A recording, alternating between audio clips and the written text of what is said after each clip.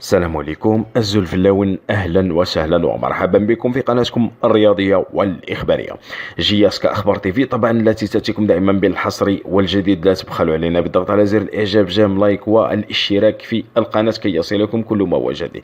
يعني حصريا كملوا معنا الفيديو حتى الاخير وراح نعطيكم تسمعوا واش قال يعني بوزيدي، يوسف بوزيدي مدرب شبيبه القبائل في اول ظهور اعلامي له على بلاطو تلفزيوني منذ عودته لشبيبة القبائل. يختار يعني حصة كانال فوت، يعني هي اللي اختارها على كانال الجيري، ويتحدث بكل صراحة وعفوية على كل الأمور المتعلقة بالنادي القبائلي. تحدث على القرار تاعو بالعودة للنادي رغم المأمورية الصعبة، قضية الحارس مجادل كذلك وإبعاده من التشكيلة الأساسية. تحدث كذلك ماذا حدث مع اللاعب الرجم، يعني ما بين الشوطين في غرف حفظ الملابس خلال مباراة مولودية الجزائر. تحدث كذلك عن مستقبله على رأس العارضة الفنية ورأيه في الأخبار التي تتحدث على قدوم مدرب آخر الموسم القادم. سر العودة كذلك، تحدث سر العودة القوية لشبيبة القبائل مباشرة بعد التحاقه للنادي، يعني بعد ما لحق النادي شبيبة القبائل. تحدث على سر العودة القوية لشبيبة القبائل، نصيحته لبوعالية بخصوص مستقبله، كذلك رأيه بخصوص العديد من اللاعبين سواء اللاعب البوسني سمير سمايلاجيتش أو زردوم والآخرين. تحدث عن علاقته مع الإدارة والأنصار من الصحفي المتألق سعيد فلاك. يعني راح نخليكم خاوتنا تسمعوا، فقط تبعوا حتى الآخر الفيديو واسمعوا واش قال يعني في الحصة. وبونيكوت إن شاء الله، ما تنساوش ديروا لايك على الفيديو، جام تابونيو في القناة وتخليوا لنا الآراء تاعكم في التعليقات، لأنه الآراء تاعكم صراحة يهمنا. والسلام عليكم ورحمة الله وبركاته. Et je vais vous poser la question que tout le monde se pose, et je pense qu'on vous l'a posé à maintes reprises. Le secret de ce renouveau, Youssef Bouzidi, est-ce qu'on peut parler de l'effet Bouzidi selon vous? Non, le secret, je pense que j'ai toujours dit que c'est les joueurs qui font l'entraîneur. Moi, j'ai instauré une discipline, j'ai ramené ma façon de travailler, je pense que c'est la discipline, le sérieux. J'ai trouvé un groupe un peu abattu, surtout sur le côté psychologique. Hein. J'ai fait pas mal de réunions, j'ai insisté sur ça, et j'ai vu, je connais pas mal de joueurs, j'ai vu que ce groupe peut faire mieux en championnat. Pourquoi? Pour la simple et unique raison, c'est que, comment que ça se passe? En Coupe d'Afrique, ça joue bien, il y a la motivation, etc. En championnat, c'est pas le cas. Ça joue bien. Non, je suis totalement d'accord. C'est vrai que ça joue bien. Voilà, ça gagne. Ça gagne et il y avait envie. En championnat, c'est pas le cas. Il fallait libérer les joueurs plus. En championnat, même si je dirais qu'on était, disons, qualifiés, j'aurais opté pour le maximum mettre le paquet sur le championnat, sincèrement. Ah oui, on le disait même sur ce pas le cas avant mon arrivée. C'est à partir de là que je me suis dit, ils sont capables. J'ai vu pas mal de matchs en Coupe d'Afrique, ils sont capables, mais il y a un blocage quelque part. Je pense que j'ai trouvé peut-être les mots, la meilleure formule. C'est à partir de là qu'on a. En voyant justement ces victoires, en constatant ces victoires en Coupe d'Afrique, c'est ça qui vous a, on va dire, encouragé à prendre cette décision de prendre en main cette équipe de la GS Kabylie, parce que quand on voit le classement, on peut avoir peur, hein, quand on est entraîneur, on va se dire on va se casser les dents, hein, et pourtant la GS Kabylie c'est un gros club, donc il y a beaucoup de pression.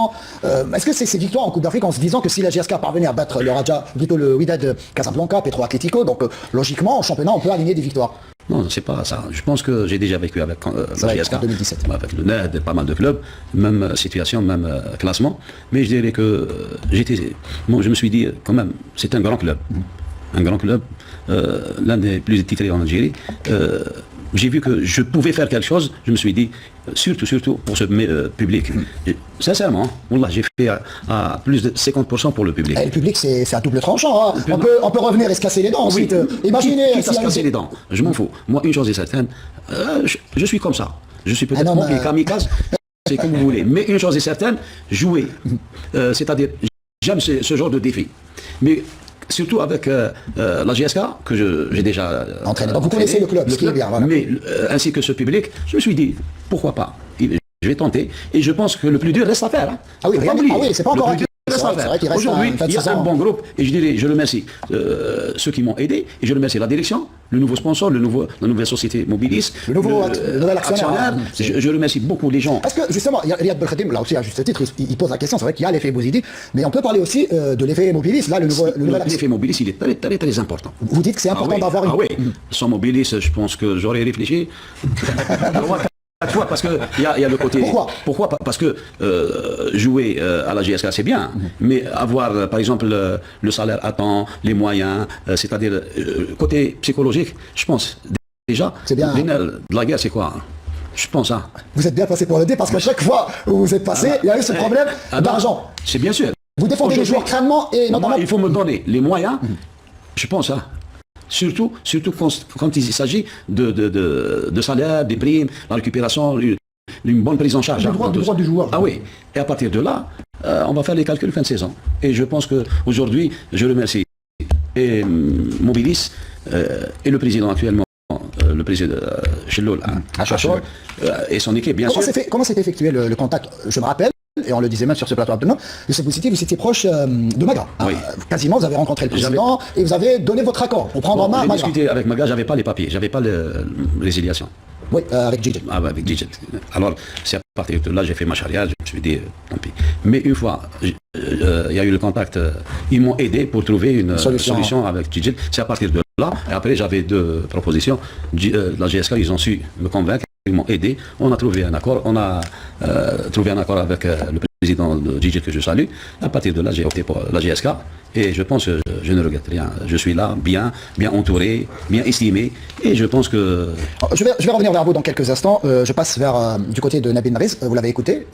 Youssef Bouzidi parle de coach. Il dit que j'arrive pratiquement comme un kamikaze. Donc c'est sa nature. Là aussi, Nabil, vous avez connu des clubs qui ont traversé des zones de turbulence. Mais là aussi, il faut avoir beaucoup de courage pour supporter et la pression parfois médiatique et la pression de la rue aussi.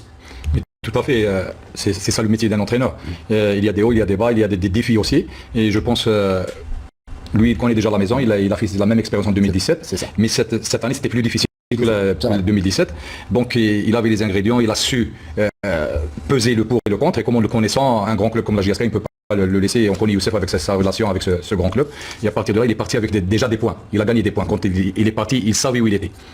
Et il a métamorphosé cette équipe qu'on voyait déjà en Champions League comme c'est une équipe conquérante, une équipe vraiment qui a le cœur, qui jouait avec ses moyens à un très haut niveau et elle a fait de très bons résultats. Ça manquait de rien pour atteindre la demi-finale. Ils avaient cette demi-finale, c'était un dernier ballon dans les temps morts à Rades. Donc il y a de la qualité dans cette équipe. Lui, il a su trouver les mots qu'il faut et à partir de là, il a su faire un groupe solide comme on connaissait. C'est sa mentalité qui a mis dans ce groupe et à partir de là. Vous vous ressemblez un petit peu notamment dans la manière comment galvaniser les joueurs. Vous savez pourquoi? tous les deux. Le secret, il est très simple. La même chose, lui, il a un parcours phénoménal. Il est parti de rien du tout. Il était dans les divisions inférieures, à l'Est. C'est ce qu'on appelle un itinéraire normal. Donc, il est venu de la cave, il est monté au 10e étage. Comme vous Donc, aussi. la même chose, c'est ça. C'est pour ça que je parle je ressens ce qu'il ressent. Et à partir de là, il peut descendre au 9e, 10e, 7e, il peut revenir à la cave et revenir en 10e étage. Mais cette méthode-là de galvaniser les joueurs, de parler aux joueurs. Vous êtes en train de parler de galvaniser. Youssef avait dit qu'il a discuté avec les joueurs, qu'il a mis les joueurs à l'aise, c'est un problème psychologique et tout. Et que ce sont les joueurs qui font l'entraîneur. Effectivement, les joueurs, c'est eux qui donnent à l'entraîneur c'est un bonus en quelque sorte, la reconnaissance à travers ce qu'ils sont en train de faire sur le terrain.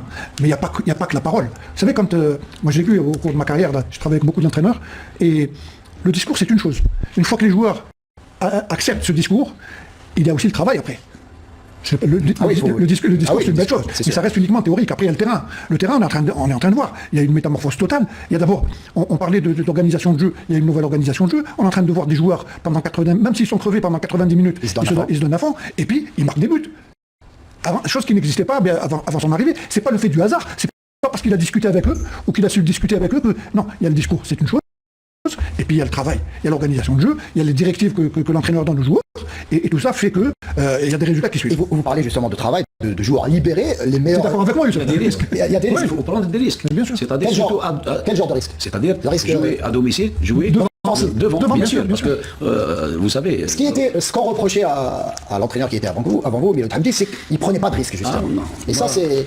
On a inscrit quand même chaque match 4-3-2-1. Je pense qu'on a pris beaucoup de risques, mais c'est comme ça. C'est Si on payant. va, Dieu merci, parce que on C'était la avait seule plus- solution pour Bien faire sûr, sortir on le a club. plus le droit. Bon, je me suis dit, j'ai tant de matchs à domicile, il faut les gagner. Il faut les gagner. Ça, c'est C'est indiscutable. indiscutable. Mais essayer de ramener Des points de l'extérieur. des points de Comme ce l'extérieur. point décroché du côté chrétien. Heureusement, on a développé un point.